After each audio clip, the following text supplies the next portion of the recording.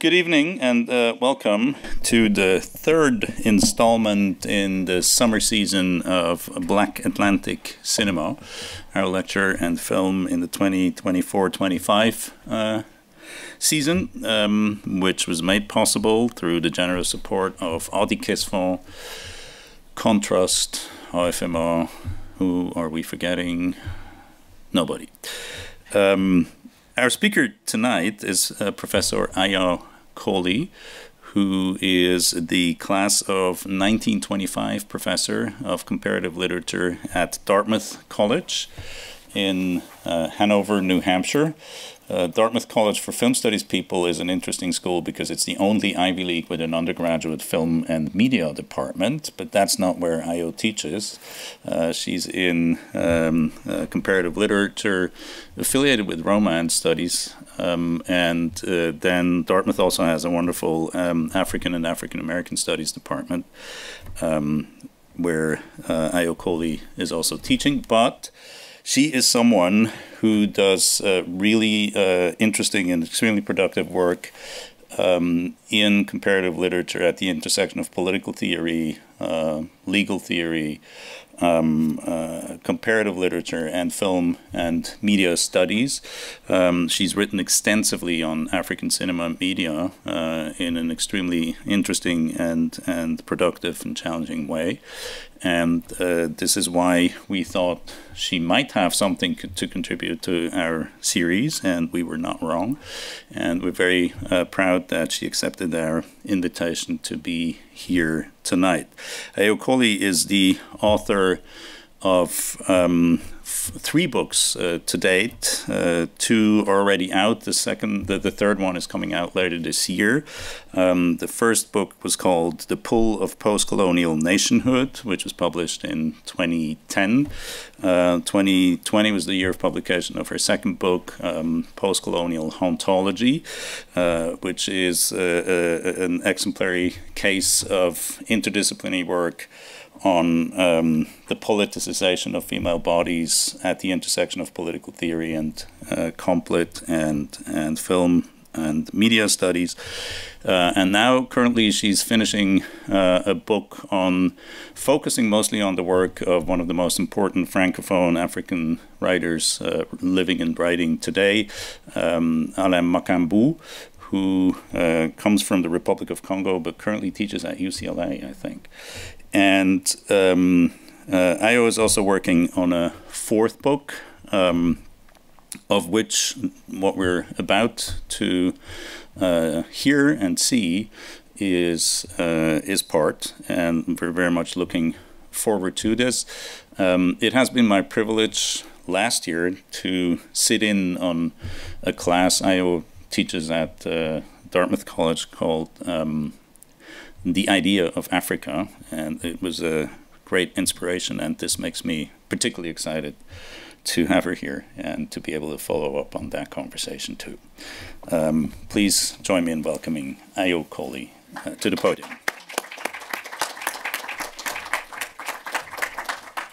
Thank you so much, Vincent, for the invitation, for the hospitality, and thank you all there for being here with me this evening. So as Vincent says, this presentation tonight is in fact part of a larger work in progress, and this is the first time, in fact, I'm presenting this part of my work. So I'm really test driving today some of my ideas. So I will start with an installation by Senegalese artist Alioune Diagne for the 2024 Venice Art Biennale. The theme of the 2024 Biennale was Foreigners Everywhere, and Diagne chose to engage the theme of the Biennale with a scene of unmoored lives whose final resting place is the Atlantic Ocean. Indeed, this is what the broken traditional Senegalese fishing boat, draped in burial cloth, represents. It represents the phenomenon of irregular transatlantic migration known as the migrant crisis, unfolding for the past 25 years. Clandestine migration has transmuted the traditional life-sustaining Senegalese fishing boat into what is known as a death boat. Now, in this installation, the death boat maps a violent cartography of forced departures and non-arrival. The death boat also designates the Atlantic Ocean as a post-colonial deathscape and a scene of bereavement. So here, what I want to draw your attention to is the fact that the resonances with the Middle Passage of the transatlantic slave trade unmoor the trope of the Black Atlantic from the strict confines of the Middle Passage in order to remap the Black Atlantic as a transhistorical living archive of racial necropolitics and Black bereavement. I start with this installation because I'm using it as a conceptual backdrop for my talk today on the cinematic wake work that has emerged in Senegal to respond to clandestine migration. Indeed, Diagne's installation encapsulates the conceptual principles of necropolitics, the Black Atlantic, and wake work.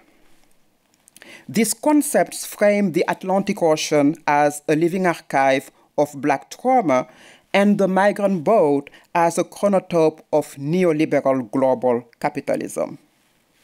Three films will guide my talk tonight: Yole by Moussa Senapsa, La Pirogue by Moussa Touré, and Atlantics by Mati Diop. All three films think the migrant crisis from the geography of the Black Atlantic. In so doing, they perform what Christina Sharp calls wake work, meaning a mourning of the dead that embeds a political denunciation and a call for action. All films embed that denunciation and call to action in their representation of the death boat as metonymic allegory of post-colonial necropolitics. Oh, that's not the one I was looking for, sorry. Okay, that's not the one. Okay. So the name Senegal of the country Senegal means our boat in the Senegalese language of Wolof. In foregrounding the boat in his installation, Diagne taps into Senegalese expressive culture's use of the boat as a metonym for the nation of Senegal. Likewise, La Pirogue, the film, indexes the nation of Senegal. Most of the film, in fact, unfolds on the boat, and by accentuating the sounds of the boat falling apart, the director turns the boat into an audible index of structural failure. The structural failure of the boat is made to mirror the structural abandonment of Senegal's social and physical environment, documented in earlier scenes of the film. In Absa's Yole, the drifting of a Spain-bound migrant boat to Barbados prompts an account of the drifting of the Senegalese nation. And finally, in Mati Diop's Atlantic, the pregnant physical absence of boats in a film on clandestine boat migration convenes the specter of the absent boat as a national allegory. Now, if we return to the boat, we see that the boat is in bad shape, beyond repair. The fractured boat here is a metonymic allegory for the structural decay of the post-colonial nation of Senegal.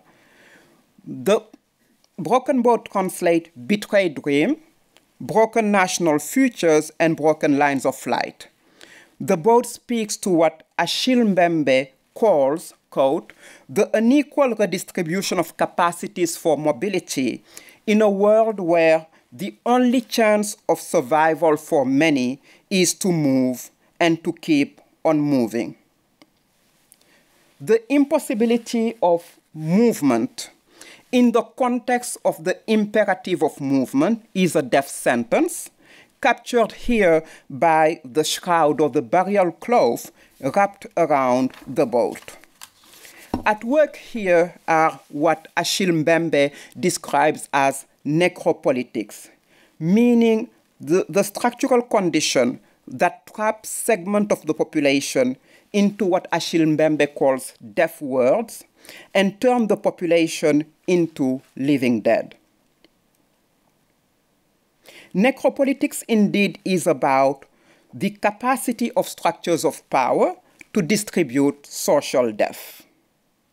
All three films locate the genealogy of the deaf boat in the concentric and interlocking necropolitical structures that conjoin the local and the global.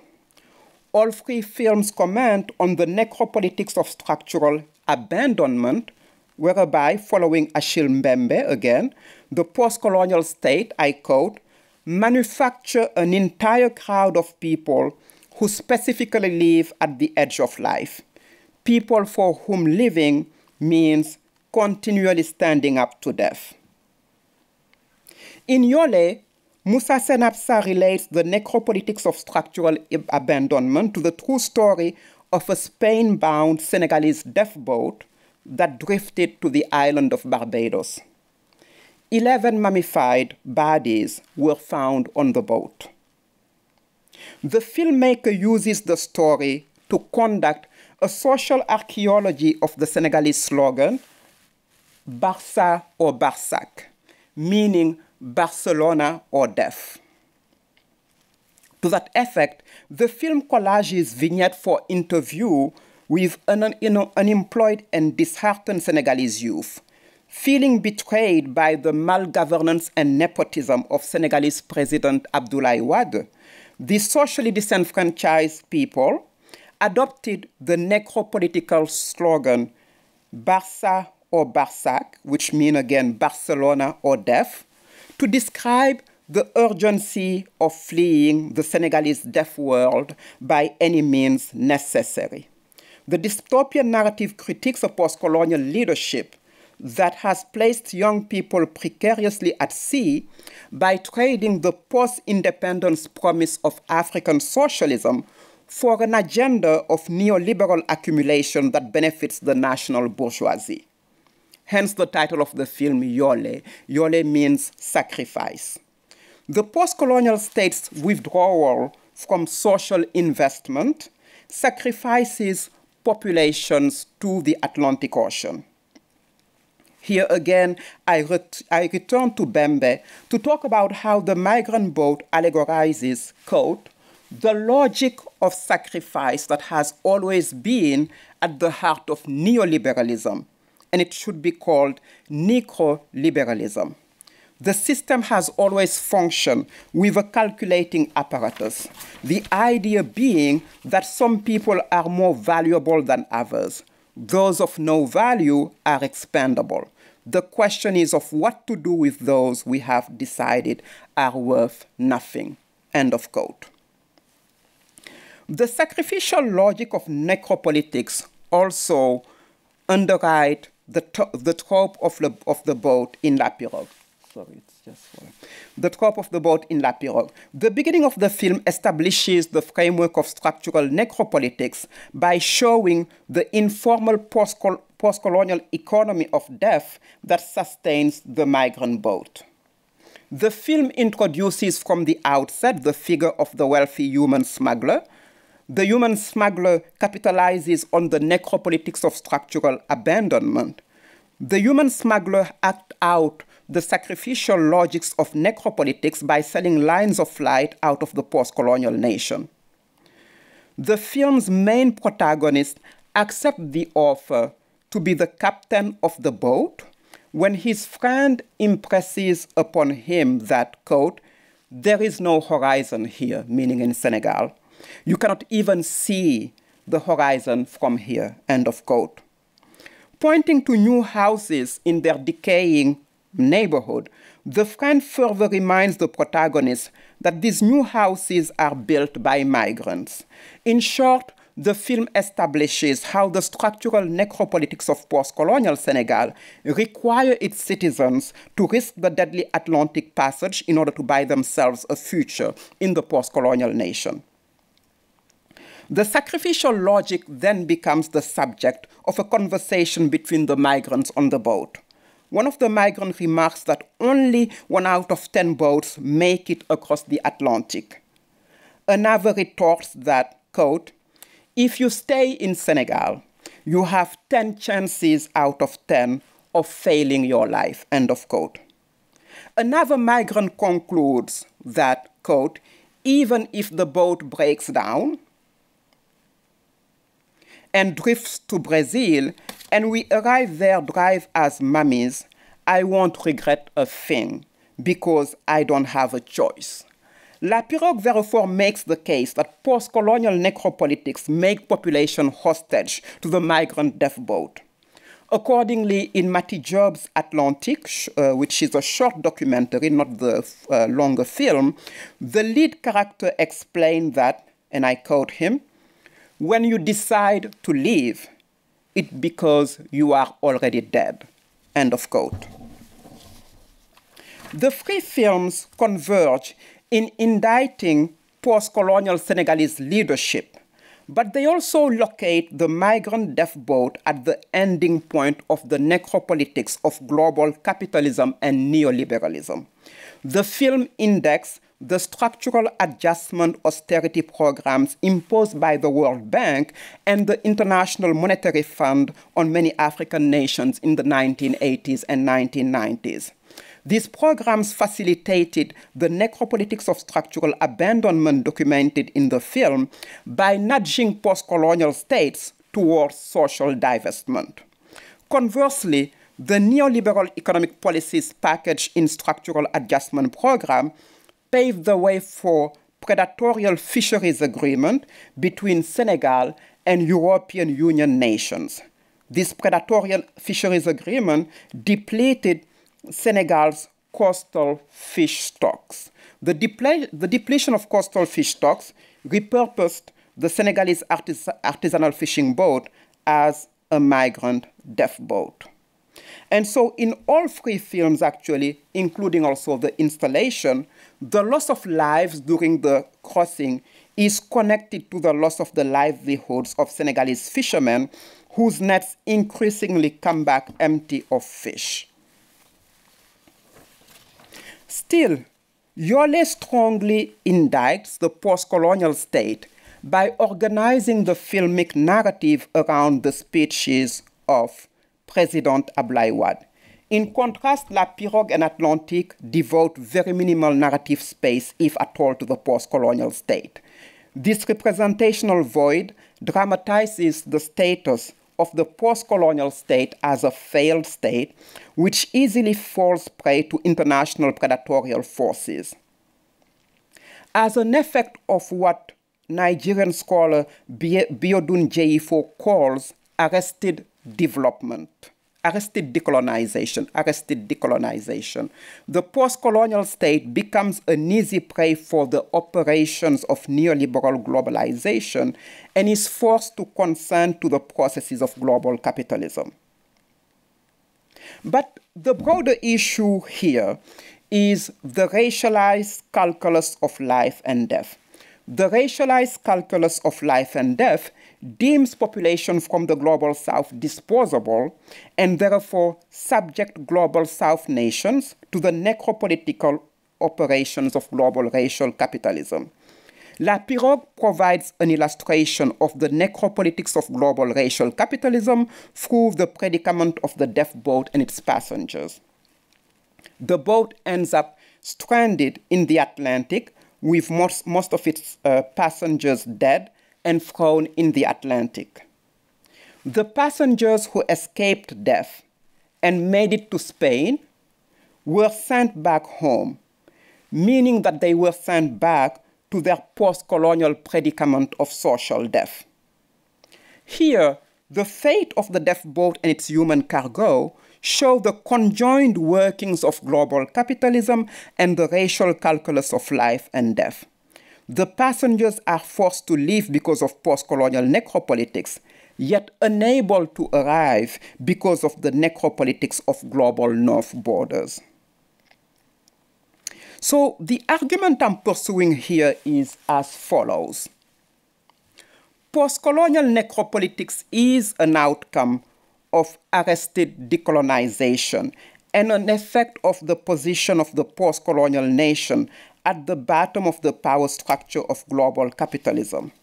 As such, post-colonial necropolitics is an instrument of global necropolitics and therefore distributes social death as a sort of compulsory and compulsive necropolitics. And the death boat illustrates the compulsory and compulsive character of post-colonial necropolitics. Hopefully, Jan's installation actually helps again make sense of what I'm trying to get at here. At the end tail of the boat is the inscription paquetas. Paquetas is a term that has emerged in Senegalese popular language to describe the overcrowded conditions and violence of Senegalese state prisons, where prisoners are piled on top of each other like packs of sardines. Likewise, in La Pirogue, the camera's insistence on the accumulation of bodies in the tight space of the boat evoke carceral necropolitics, prison necropolitics. The precarious death boat is thus a line of flight that is always already compromised, overdetermined, by post-colonial necropolitics. In that sense, the boat has both escaped from necropolitics, and necropolitics itself becomes a compulsory and compulsive technology of post-colonial necropolitics. The boat is compelled into reproducing necropolitics while fleeing necropolitics, hence its apt moniker as the death boat. The overcrowded death boat in Jan's installation and La Pirogue may as well be a spectral double of the slave ship, thus linking the necropolitics of the post-colony and the Middle Passage.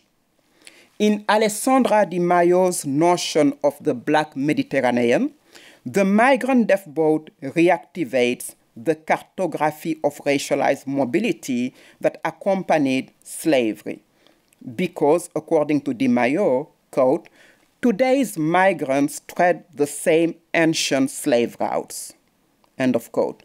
In the three films, the Black Atlantic is one such route.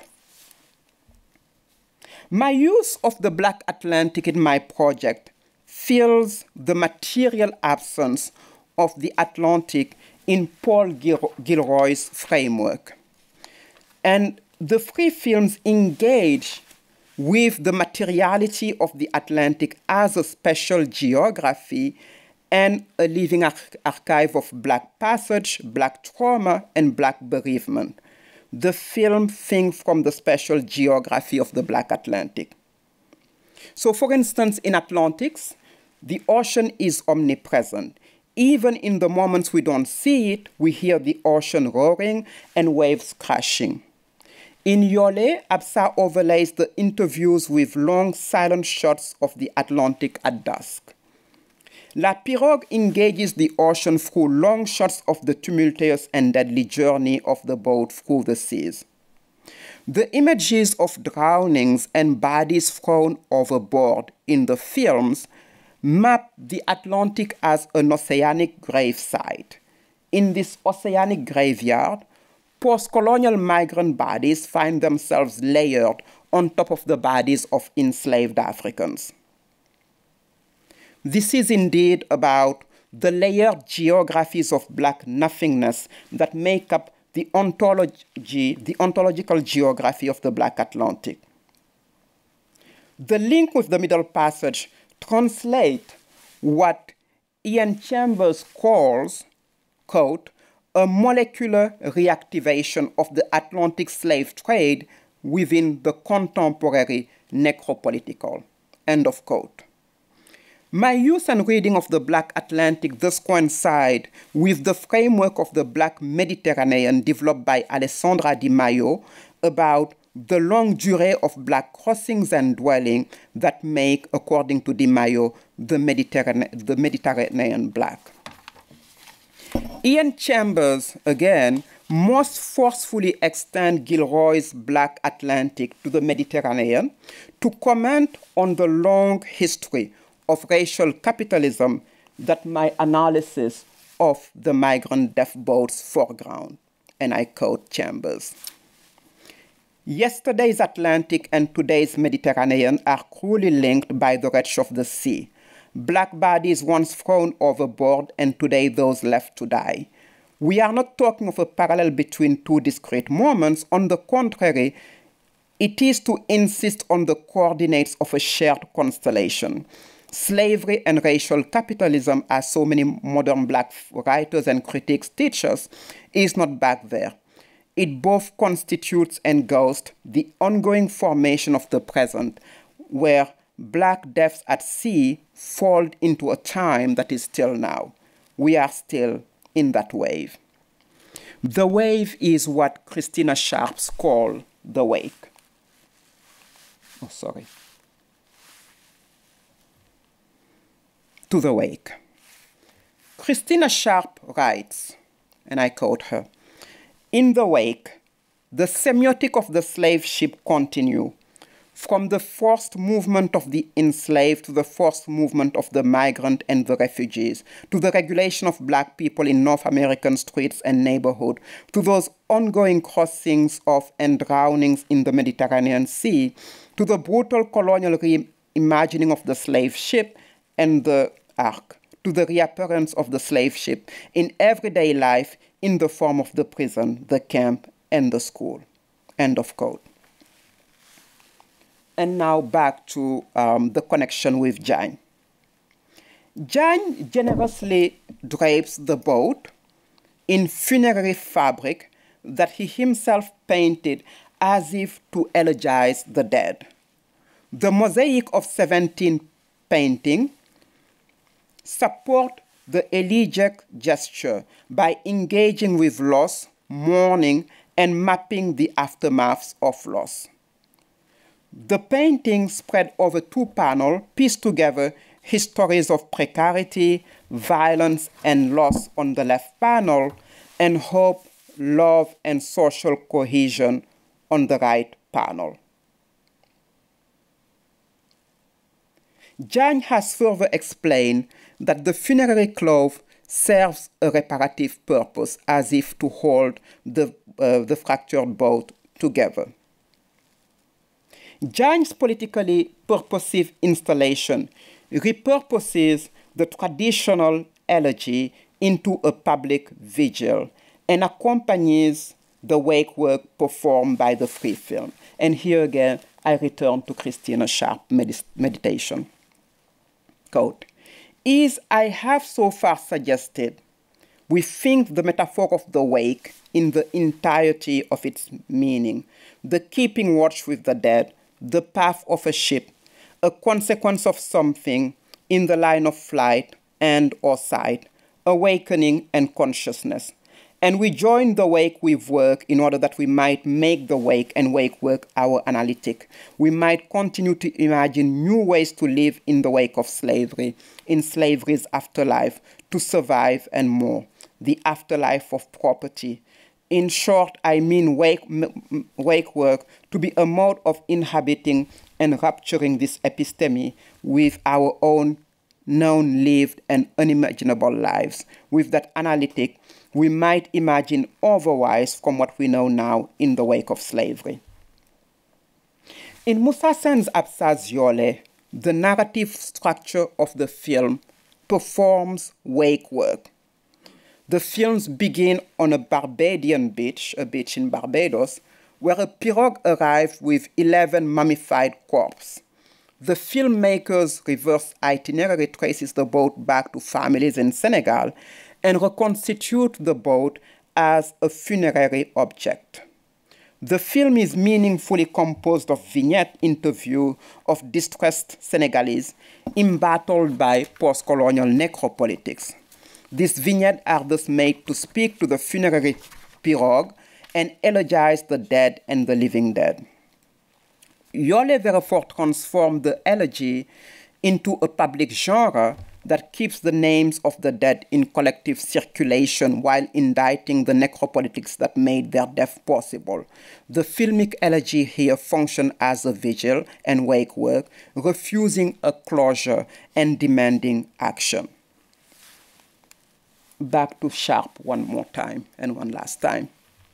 What does it mean to defend the dead? To tend to the black dead and dying, to tend to the black person, to black people, always living in the push toward our death. It means work. It is work, hard emotional, physical, and intellectual work that demands vigilant attendance to the needs of the dying, to ease their way, and also to the needs of the living. End of quote. Mati Job's Atlantics tend to the dead and dying and the needs of the living by using the genre of the ghost story. The ghostly spirits of the drowned migrants possess the bodies of their girlfriend in order to demand the wage and futures that were stolen from them. By transfiguring drowned migrants into social agents who hold vigil for the dead and act on behalf of the dying or living dead, the film shows wake work to be a political labor of caregiving. Wake work is the work of mourning, what Sharp calls the interminable event. Hence, it requires an opening and continuous vigil, represented here by the embrace of specters in the film. In La Pirogue, wake work takes the form of a collective and collaborative elegy in the middle of the Atlantic when the surviving migrants set aside their ethnic and linguistic differences to improvise a multilingual elegy song for their drowned fellow passengers. In the end, the surviving migrants are rescued by Spanish Coast Guards, then flown back to Senegal. But the film had already established from the beginning that Senegal is a deaf world. As the surviving migrants return to their Senegalese houses, the mournful and melancholic music in the film become an elegy for both those who were left in the ocean and those who survived the Atlantic but were sent back to another deaf world. La Pirogue is thus an elegy for those who were claimed by the Atlantic and those whom the Atlantic did not claim but were claimed back by social death. In refusing the closure of arrival in Spain and opting to take us back to another potential repeat journey with the deaf boat, the film remains in the Atlantic and in the wake. I'll now close this presentation with a caveat. And the caveat is that is in this now common and sometimes casual and interchangeable uses of the figure of the slave and the figure of the migrant. There is a risk of conflating the migrant and the slave, the Middle Passage and migration, the slave ship and the deaf boat. I thus proceed through contiguity and not comparison in an effort to trace shared economic and ideological genealogies.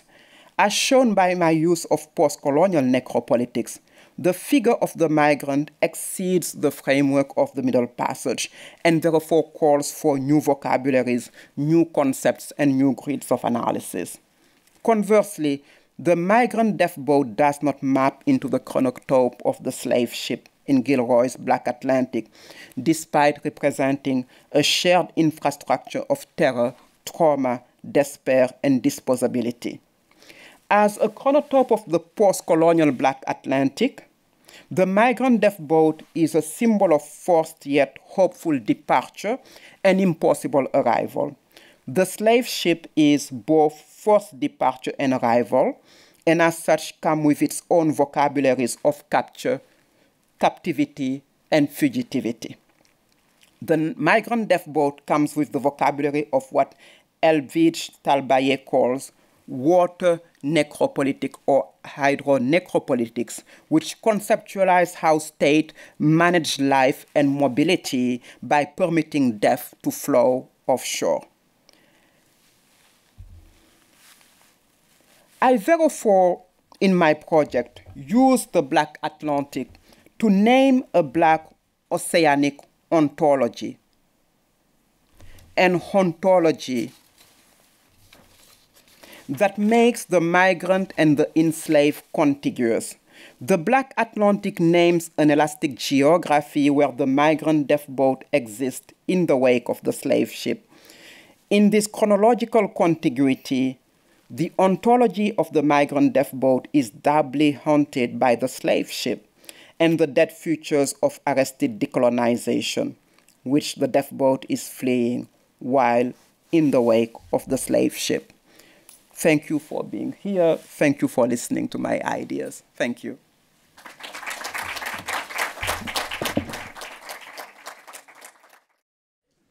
Okay, so welcome back after the screening. First of all, thank you so much, Ayo, for sharing the film with us too. I think it was a terrific experience to see it on a big screen like that, in the kind of projection quality that the film deserves, which I think was a very impressive experience. You had a wonderful sentence at the end of your talk, which sort of summarized your argument, which is that the Black Atlantic names an elastic geography in which the migrant death boat exists in the wake of the slave ship. And what you did in the talk and what that sentence does is sort of articulate the two geographies of the Mediterranean and the Black Atlantic, and the geography of the migrant boat and the history and geography of the slave ship in what I thought was an extremely productive way. Maybe you can say something more about that core idea of your talk. So basically, the core idea was to get us to connect, about connecting histories, right? And histories which are linked by race, so these are also racial histories.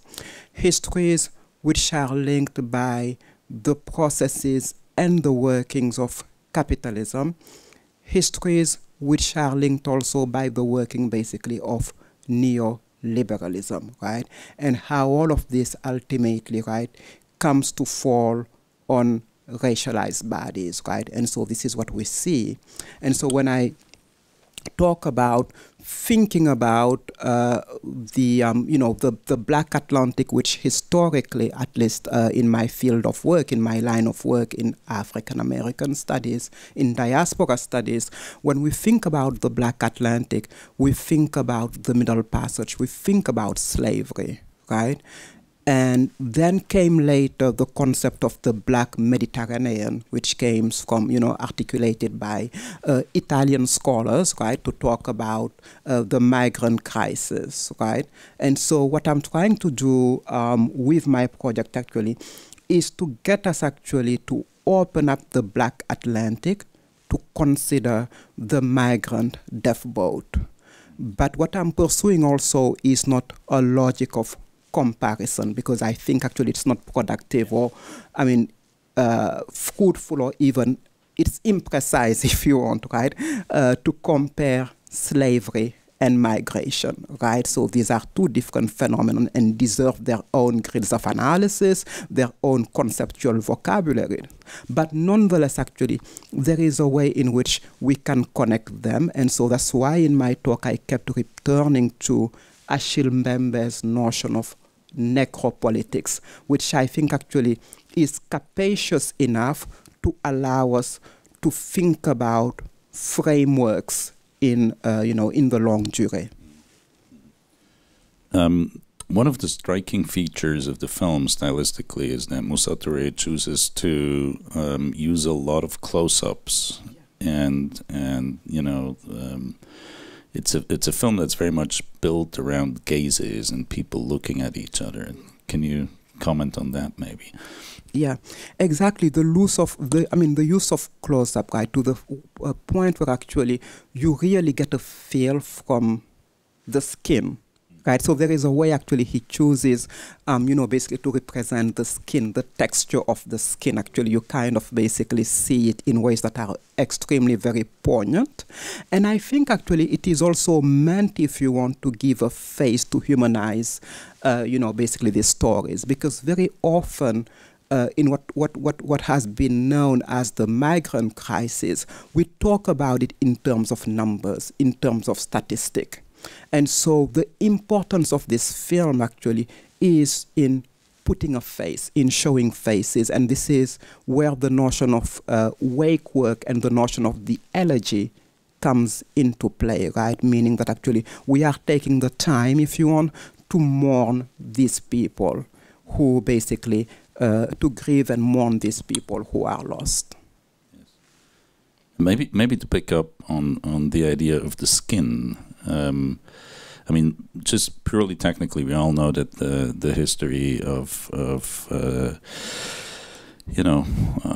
color systems being calibrated to represent so-called white skin and homogenizing anything that doesn't conform to that standard. And in a way, what that film does, using digital cinematography, is to individualize black skin to an extent that I've rarely seen in the cinema. Yeah. Yeah, it's very, actually, it's very gripping. Mm-hmm. And I remember my first experience seeing that film, actually, I literally had goosebumps.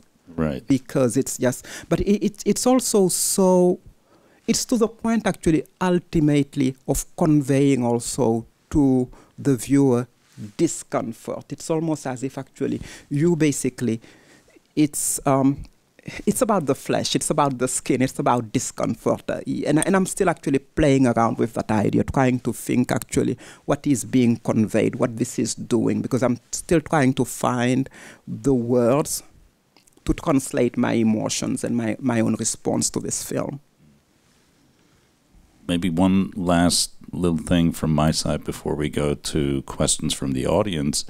This is something we spoke about briefly before. You opened the talk and you built it around the installation at last year's Biennale in Venice, which I also distinctly remember. It was one of the most poignant works in the entire show, and that show is huge.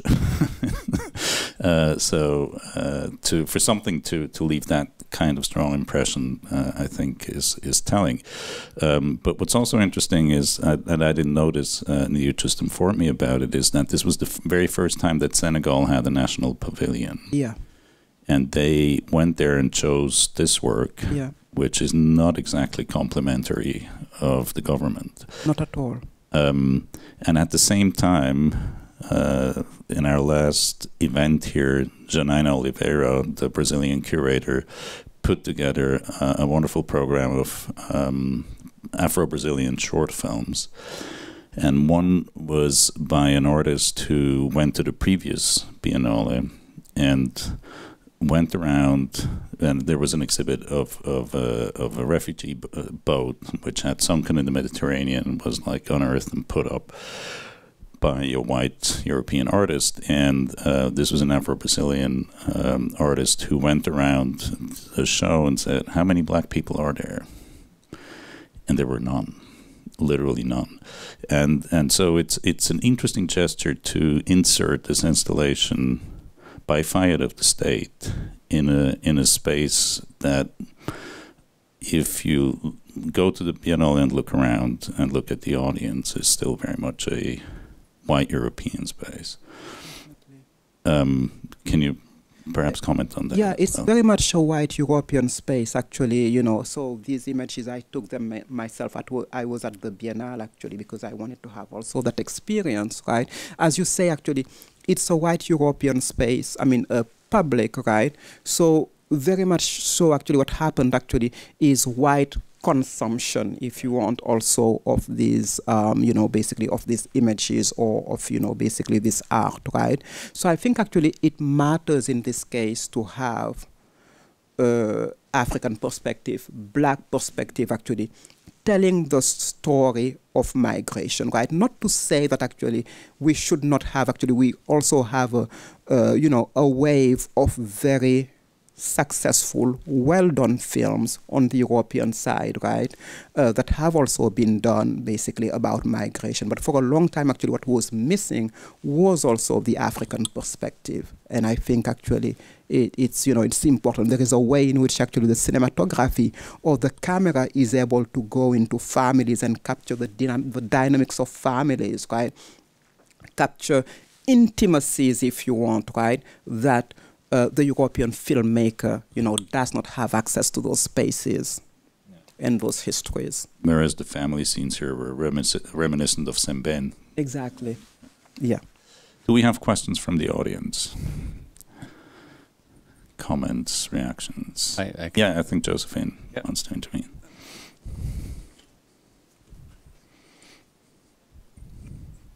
Hello.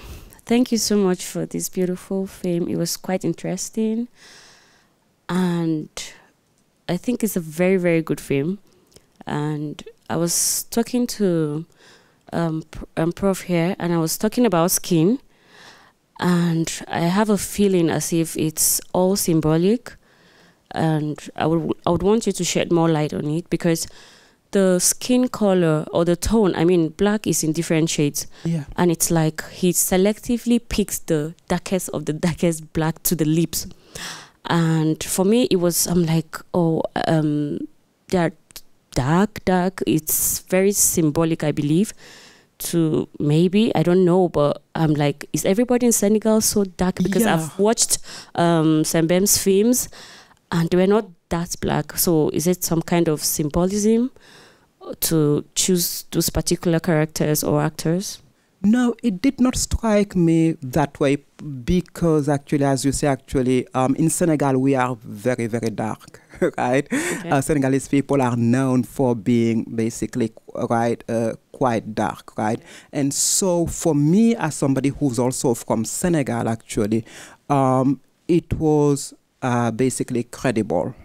Right, but it may be also, you may have a point in thinking about actually getting us to think about the symbolism, right, of the, of blackness, in the fact that it was magnified, right, and the skin, actually, the blackness was even shining, right, and it may be a hint towards a commentary about race, that these are black bodies. Right? And remember, tying it again to the theme, the notion of the Black Atlantic, right? And the notion of racial capitalism, right? So I think actually there was also a very subtle commentary to get us to see these people as black bodies. Okay. I don't know if you could still shed light on symbolism, because we were talking about symbolism from some rituals that was taken. As somebody from Africa, like the breaking of the egg, I know the egg symbolizes life. And so one could, and the chicken slaughter, it's a ritual. And even his wife, pouring water and he crossing, and, I could just easily relate to the fact that, you cross, you come back. I mean, it's something done in Africa, those ritualistic tendencies. And for me, I found them very interesting. And I don't know if you could shed more light on it. Yeah, that's right, actually. So when the wife pour water, on the threshold, right? So this is something, a practice which is usually done in Senegal when somebody is about to go on a long trip, right? As if actually it's like, it's good luck, right? The same also with basically the egg, right? It's to fend off evil spirits, right? So all of this actually are meant actually to protect them as they go on, basically on a very difficult journey.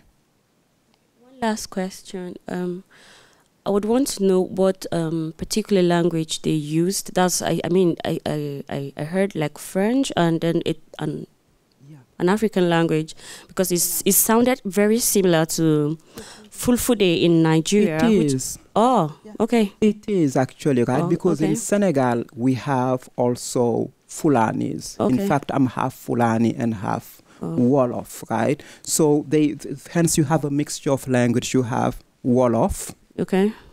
You have Fulani, and then you have French, right? So, and very usually in Senegal, actually, people just go back and forth. I guess like in Nigeria with English and, have a local language, the same also in Senegal. Yeah.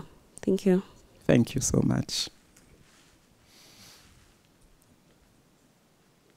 I could ask a question. Yes, Perhaps. please. And then Karim after that. Okay. I guess the question I wanted to ask was about a kind of, I don't know, do you see a mythological aspect to the film? Because I felt also there seemed to be a very strong notion in the film that they were kind of doomed by having violated a sacred law, essentially, where they they see the people in distress, and it's like one of the most fundamental ethical commands that people in danger should be helped, particularly in the seas where there's, they're fated to death if they're not helped. And by refusing that aid, they're basically dooming themselves. Like, is this a legitimate reading of the narrative logic of the film, do you think? I think so. It's a very legitimate reading. And again, it goes back to so in the longer project, I talk about that moment, right, in relationship to my other argument about how basically necropolitics has a sacrificial logic and necropolitics become compulsory and compulsive, right? Because they themselves actually in the boat, right, cannot save the other boat, right? So they let them to die. In fact, the other name of this death boat is the left to die boat, right? So in that sense, actually, I agree with you that actually it's the arc of the film. That scene actually is symbolic and in a certain way foreshadows also the fact that they are doomed to fail. And in fact, they believe it, right? Because immediately after that scene, they are all very withdrawn and very sad, right? Knowing that actually, they should have saved them, helped them, but they could not. I mean, it kind of reminded me a little bit of Antigone in Greek mythology. It's kind of crayon, doesn't observe the specific rituals about death and so on and so forth. So, and that just through that process brings kind of catastrophe upon his nation. Exactly. Exactly. Okay, Cameron. Yeah, thank you so much for the lecture and also for the for the film. I wanted to pick up on the slave ship and the ship in this film and also the ship in the art piece, which I thought was very interesting and also very convincing to describe them both in the terms of the wake. But I wanted to pick up on the specificities you mentioned earlier and the differences or the specificities of the boat. I had to think of the hold, that is also a concept in Christina Sharp, and I wondered how this has changed with the pirogue, with this smaller ship. It seems to be more vulnerable, it seems to be more open. There's also the element of drift, and all these thoughts came up during the screening the film, but I'm sure you may have more thoughts about that. I would be very interested in them. Right, because I'm still actually working on the project, and hence that's why actually I'm kind of now test driving it and seeing how people respond to some of my ideas. But definitely the hold actually, which is a concept in Christina Sharp also, right? The hold of the slave ship actually applies here also to basically basically the boat, right? And the way actually people intermingle, interact, right, in the boat, right, and the hold also as a space of, terror, right, which leave marks on bodies, but leave also mark on collective psyches, right. The hold also as the space where even if we were to go back to Paul Gilroy, where various ethnicities and Africans from different backgrounds actually interacted, right? And in fact, something that I did not say in my talk and that, came up very faintly in the film and which also again mirrors also the hold in slavery, is that the Africans, that the people that you see on those boats are not just Senegalese, right? They come all the way, right, from Nigeria, from Ghana, all the way from Eritrea and Somalia. They come to Senegal to embark on those death boats, right? And so you have actually the whole become that space where, you know, you have various Africans who were failed by, independence, right, by their post-colonial nation actually mingle in the hold. But thank you for the question. That's a wonderful answer to that question, but maybe a follow-up too, because the slave ship is also designed for carrying like wares, quote unquote, whereas this is a fishing boat. It's a fishing boat. So I think, I was thinking about it because it's like it has a very different purpose. It is not designed or like made to do such a journey. No. But yeah, it somehow changes the, I don't know. It changes things, but I don't know what it does. But I thought about fishing, which is a kind of sustaining life-giving activity or thing to do, whereas the slave ship transports wares. It's like very different, but maybe. But in a way, right? So fishing, which is life-sustaining, sustained actually a whole economy and whole communities basically in Senegal, right?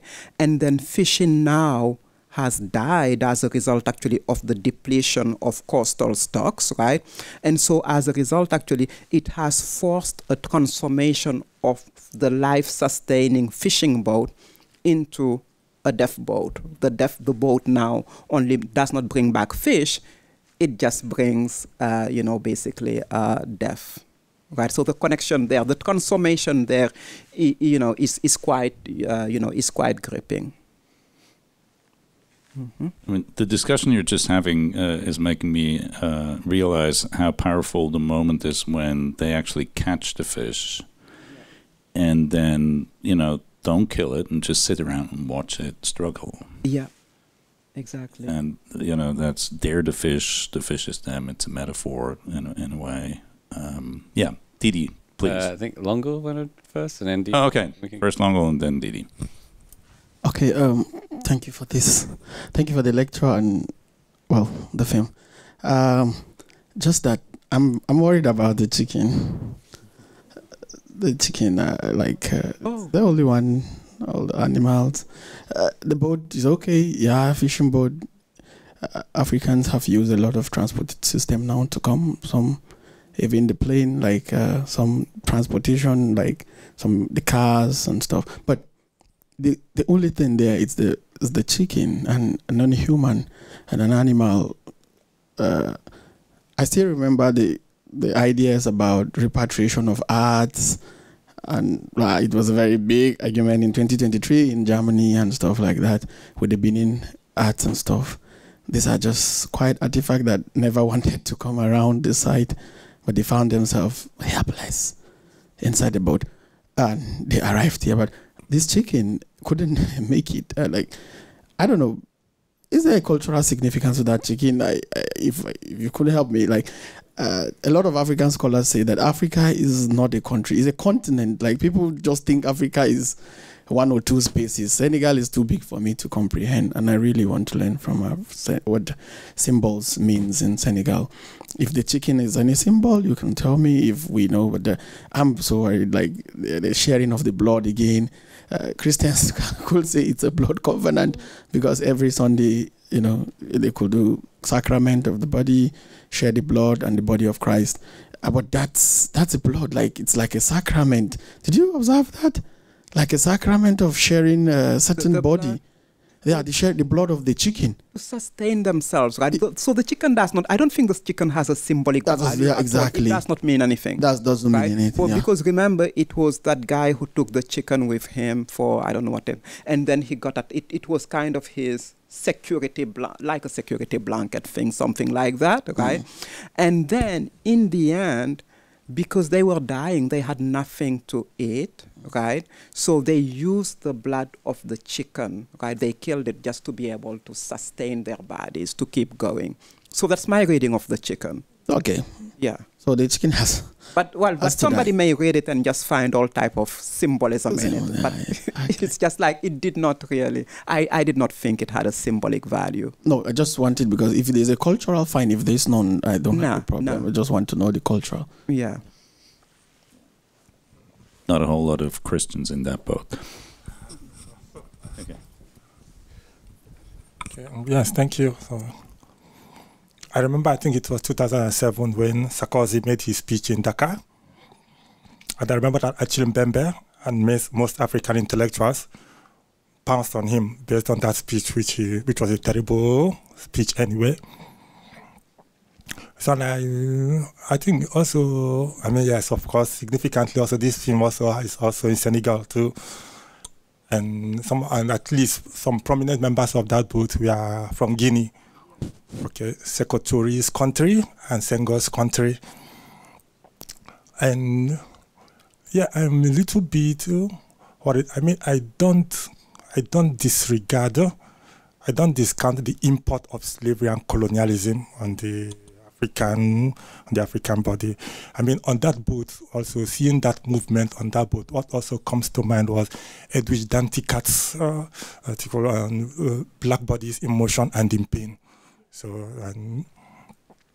and I'm a little bit,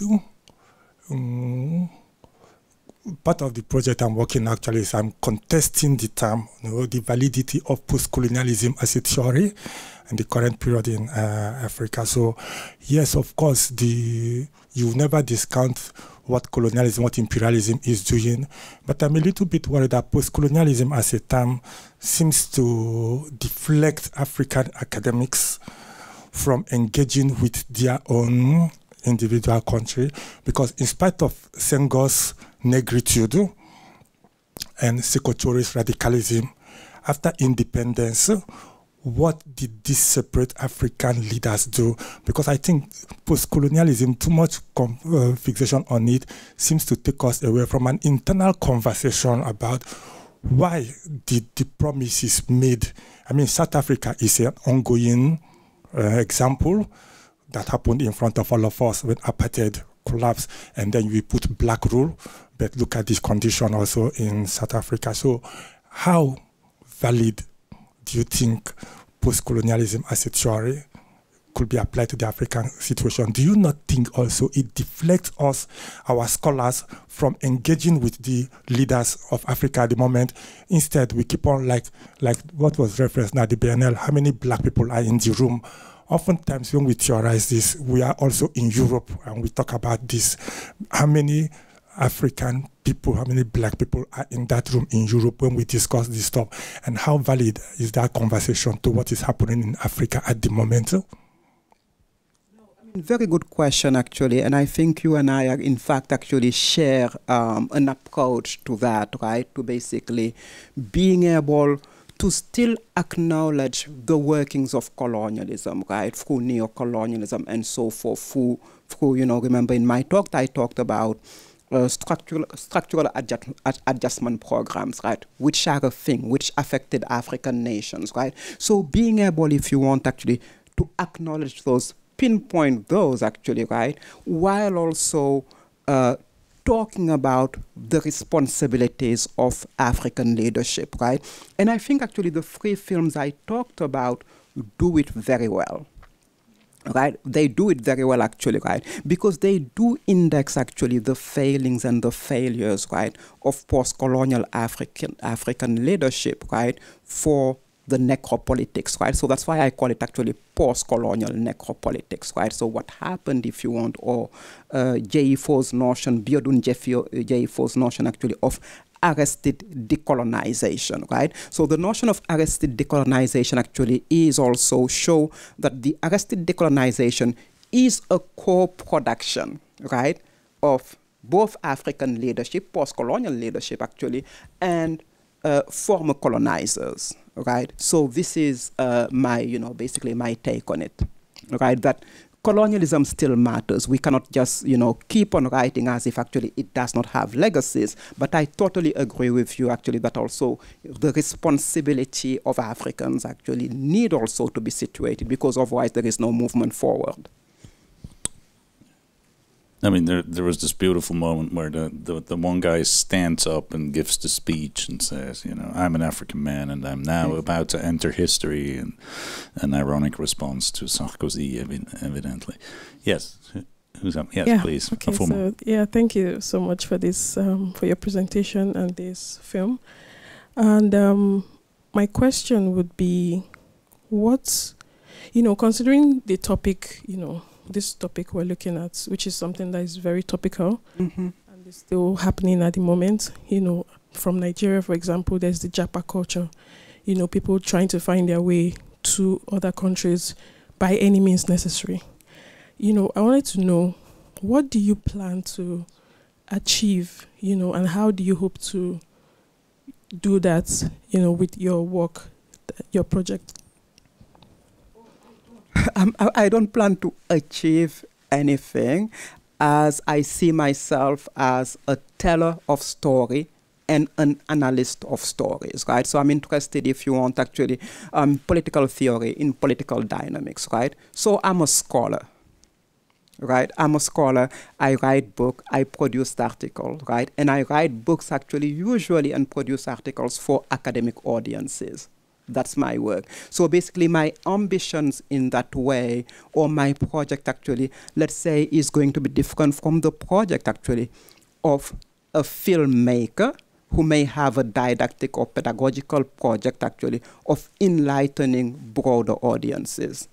So I have very modest ambitions for my work, if any. Because I think you might need to have more than a modest, you know, ambition for this, because I think this is a conversation we need to have on a larger scale. So, but these conversations, by the way, are being had, and in these conversations, actually, there are very lucid conversations, right, that are being had, at least in the African circles on the continent that I know of, right, in Abidjan, in Benin, in Senegal, actually, right. We are having these conversations, right? And these conversations have led, actually, right, to socio-political revolutions in Senegal, where I'm from, where, you know, young people got on the street and ousted, you know, the dictator, the corrupt dictator who was there, and put in new leadership, right? These conversations are happening on the continent, and they are accomplishing things. Yeah, so I think I would now say maybe we need to consider how to keep having these conversations, because that's the only way, you know, we can be able to make any progress. I don't know if you've had any of this, you know, sessions in Nigeria. No. Maybe I would speak to you about that later. Okay. But I've been to Nigeria, and but I have not had these conversations in Nigeria yet. But I know that people are having these conversations also in Nigeria, and I'm following it. Yeah. Thank you. Nancy, please. Thank you, Professor Ayo. Yes, I agree. We have these conversations ongoing in Nigeria. As I was watching the film, I equally was wondering if you came across our own, the Nigerian version of almost what this film, you know, portrayed. That's The Blood Vessel. You've watched it? Oh, wow. Okay, so The Blood Vessel too kind of resonates with, you know, the same emotions of this story. Basically, for me, I could see the intensity in, you know, how the migrants themselves will want to reach, of course, what we call the greener, you know, ground, so that you can have a better life. And you make, like you said in your presentation, you make a whole lot of sacrifices, you know, and they actually do not even put into consideration, you know, what they're investing in. I agree that the narratives should go beyond just what we do on a scholarship level, but then that's what we do. It's left for the policymakers. It's left for maybe grassroots leaders who will take on the messages and, you know, keep resounding and amplifying them amongst their communities. But like I was just telling them, that no matter how much you continue with this discourse, there are people whose minds are made up, and they will just tell you, yes, just like, you know, was said in the movie. I mean, 1 out of 10 or 10 out of 100 is a great success story, irrespective of the fact that you still have casualties that are more than, you know, the attempts that have been made over time. So I think, yes, it's something that calls for global attention because it's becoming a heightened, irrespective of the fact that we have countries like America that are still putting their own, you know, restrictions here and there. There are young people who still believe that, yes, you know, once I leave my shores, I will make it. And for me, it's, you know, to maybe find countries that use amnesty and use the immigrant rights, you know, as case study to say, yes, you know, we can't stampede, we can't allow immigrants to suffer. I mean, everybody should just be embraced and allowed to come into maybe what they consider a much more better space. So the discourse maybe should be tailored towards organizations that maybe offer some kind of like, you know, amnesty and a safe haven for immigrants that they think, yes.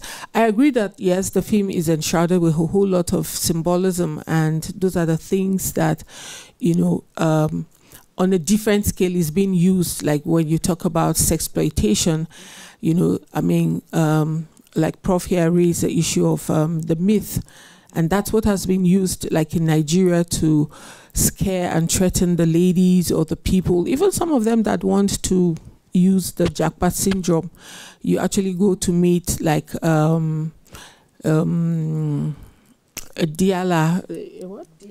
A native doctor, someone who, you know, who gives you all the assurances that you're covered, the spirits are guiding you, you will arrive safely and all that. So I think the mythology aspect, even using the building JFOs, the 4th stage, and the concept of going beyond, you know, just the human to the spiritual realms are the things that people cue into and think that, yes, you know, it works in Africa, so nothing will by any means hurt you and affect you. And you can see, I mean, as compared to the other travelers, he believed in it.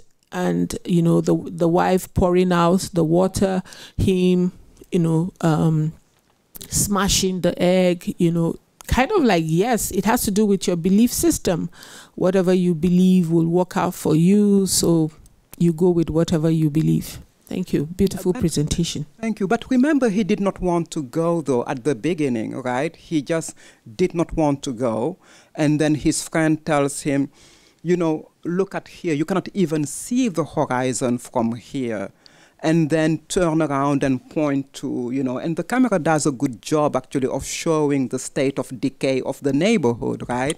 And so tell him, you know, so-and-so, you know, just went, I don't know, maybe for a year and just has built this house. So somewhat there is being conveyed to these people, actually. But in order to be able to live, to earn the right to live in the post-colonial nation, in your nation in a certain way, you have to go through migration. You have to do the sacrifice, actually, of going migration to be able to live a comfortable life, at least a life in the post-colonial nation. But thank you so much for your intervention. I appreciate it.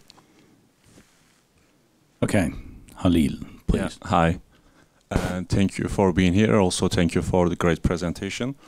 I want to ask about the wife of the captain. I forgot the name, sorry, but she was suggesting, like, why not China? And also because there is crisis in Europe, right? And she doesn't speak much, but she just said this. And also there's this gender background, you know. I thought it's super interesting because I haven't, like, heard such comment or such perspective in any kind of, like, African migration-related movies. Mm-hmm. So what do you think? I want to hear your comment. Yeah, I think actually you're right. That comment was very important, right? Because it shows actually that, you know, people are very aware about the difficulties in Europe, about the challenges in Europe, about the crisis. In fact, people are extremely informed, right? So they are no longer pursuing the El Dorado, right? And so that's why actually the wife is saying, well, there is crisis in Europe, right? Why don't you try China, right? But it's also in a certain way gesturing towards actually the formation of, you know, China in Africa, Africa in China, right? So the China-Africa, which is also its own, you know, basically kind of worms, right? So this is what this is gesturing to, right? And then you also mentioned the gender aspect, right? Which becomes very important with the only woman migrant, right, in the boat, right? Because it used to be actually, but that it was mostly men, right? But these days now actually you have a lot of women in those deaf boat, and you have even women, pregnant women, women with basically babies, right? And for me, which always raised the question actually, right, that it goes back to necropolitics and deaf world and basically being a living dead, that you don't have a choice, right? And when you don't have a choice, what do? Then you basically leave, you try something else. Yeah. Do we know, is there any like tendency to China now from Senegal or from Africa? There is actually, right? There is tendency to China because it's easier to get basically a visa to China, right? So there is tendency because, you know, especially since China is very much present this day in Africa, all over the continent, right? So China actually has become, you know, basically another route also. I mean, I'm from the eastern part and Brazil, yeah. the eastern part of Nigeria. Young people don't usually talk of Europe. Yeah. They talk of Malaysia. In Igbo land, they talk of Malaysia, China. Igbo people don't usually talk of going to Europe. Igbo people are always talking of China, Malaysia. There's actually a strong undercurrent of people wanting to go not to Europe, but to Asia. So exactly, right. So new routes are opening up, yeah.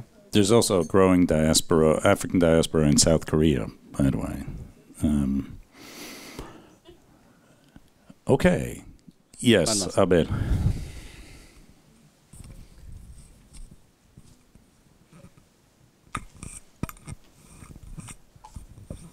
Thank you very much for your presentation and for the wonderful talk. I was just concerned about two things, basically. The opening scene where there was this context between two warriors. You know, there was, you know, a lot of ritual going on there as well. People cheering and all. Despite the effort to ensure that both parties engage and then probably favor their, I mean, their warrior. He lost in a very, you know, not so much effort had gone into the fight, and he lost. And the captain said something that his warrior always loses in the fight. Yeah. So, how symbolic is that effort to put everything in to win or succeed as they migrate? Yeah. How symbolic is that to the opening scene? I don't know if that connection I'm trying to make makes any sense, or why the opening scene and then the struggle, and then at the end there was nothing that was worth it, so to speak. Yeah, but they tried though, right? So they put in they in fact actually put in all the efforts, right? And in the end, of course, right, they did not succeed, right? But there is an indication that they will try again, right? They will try again, because remember in the end, when they go to buy the Barca jersey, right? And the seller says, well, I thought you left, you had gone. And he said, soon, right? And so the film hints at the fact actually that, you know, it's not over, right? They will do it again. So this is what's going on. I was about to add something. I'm just losing my train of thought, but there was something else. So the connection between the context, it's a connection between the context, right? So the broader context actually of the fight, right? Wrestling is a very popular sport in Senegal, right? It's basically equal to soccer, right? And so the connection in a certain way actually, it sets the scene, right, for what is going to happen in the the journey, right? That they are going to fail, right, despite all of their efforts, right?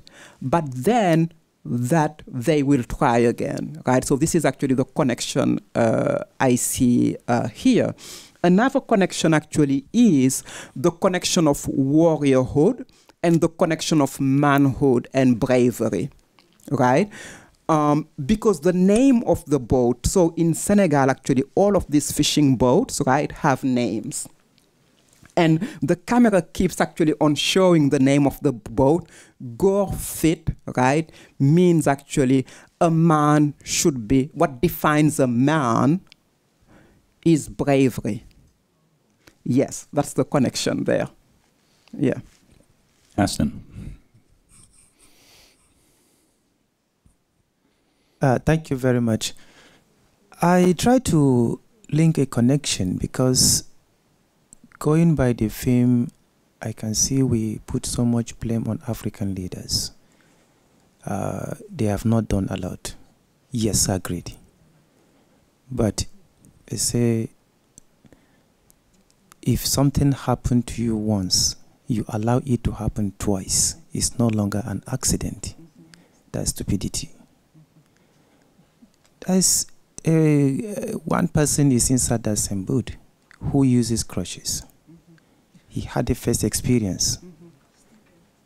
And he still came back again to go. That shows that our attitude in Africa, even if there is a certain enabling environment being created, there are people that are not ready to accept what they have on ground. Because he had the first experience, what he went through. He lost his leg. He still wants to go again. What is the idea behind that? So and then he died, right? So, yeah, and the second time he died, right? So remember, there was a moment where I said in the talk, I gave that sentence, which is from another film, Senegalese film on migration, a documentary, in fact, where one of the migrants said, when you decide to leave, it's because you are already dead. That's it. When you decide, you take actually, in fact, in Senegal, actually, at some point, people talk about it as a form of collective suicide, that these young people are, basically committing suicide. But even that notion actually of blaming these young people, critiquing them, I think actually comes from a position of privilege. Right? Because some of us actually have privilege. Actually, if you go to the embassy, you'll get a visa immediately. Right? So you will never live the lives that these people are living. You will never be in their shoes. Right? So in a certain way, we should also, if we are having that conversations as African actually, right, be able as African talk about our own local individual actually position of privilege. Right? And the way privilege may blind us also to the notion actually of basically responsibilities to other Africans actually who are less privileged than us. Yeah. Also, I noticed in the conversation inside the same boat, and when everybody is saying, if I go, this is what I want to do, you realize that most of these people don't even have a focus. The lady, somebody is waiting for her. She has a job in Paris. Yeah. Somebody, my brother is there. He's a mechanic. Yeah. If I go, I want to be a baker. Yeah. And others doesn't even have a contribution. They look lost. Yeah. So these are the situations. Most of these people that are migrating from Africa, going to Europe or anywhere in search of the greener pasture, they don't even have a template of what they want to achieve. The idea, I just want to leave my country. The leaders, the political class in my country have destroyed my country. So for me, I think there are a lot of conversations that is still required on this. The political class leverage on what the citizens provide as an enabling environment for them to play. And that is why they keep on doing what is going on. Instead of us to sit down and have a conversation and look at it holistically to provide a solution, we rather continue making our situations look so bad. And the same thing happened to so many that either you go to embassy, you made them line up. I was reading something on the social media recently about a police officer in Nigeria who left Nigeria to UK, and when he was granting an interview to a journalist in the UK, he boastfully said, most Nigerians that are leaving Nigeria to UK or to any country in Europe to go and study, they are not interested in the certificate. They are only interested in leaving the country. Unknown to him, the UK government were seriously watching him. And when they realized that he has same motive, they wanted to deport him. He also come up with certain things that his life is not safe in Nigeria. But they gave him some money in order to take care of himself. Carelessly or intentionally, he still invested that same money within Nigeria by building schools. But he doesn't go to Nigeria directly if he wants to go. He goes through one of the African countries. Then he used the route enter and check. Doesn't know that UK government are watching him. So in this type of situation, I ask myself, he is a police officer in Nigeria. He left Nigeria to UK on the pretense of study. And there are so many people like that in Nigeria, they leave, they don't even have a focus. All in the pretense of saying this. Do we blame government for that? Yeah, we need to have that conversation. But Yes. I will always blame the government. Yes, that was the high government's representative statement to a certain extent. But I mean, this is becoming a very broad conversation about politics and policy in Africa. I think we should give the projectionist a rest and call it a day. But I do want to thank Professor Ayo Coly for a wonderful talk, a fantastic discussion, and thank you all for coming and for engaging. And thank you all for giving me food for thought for basically this project. Thank you so much. I appreciate your feedback. Thank you. Okay, thank you so much.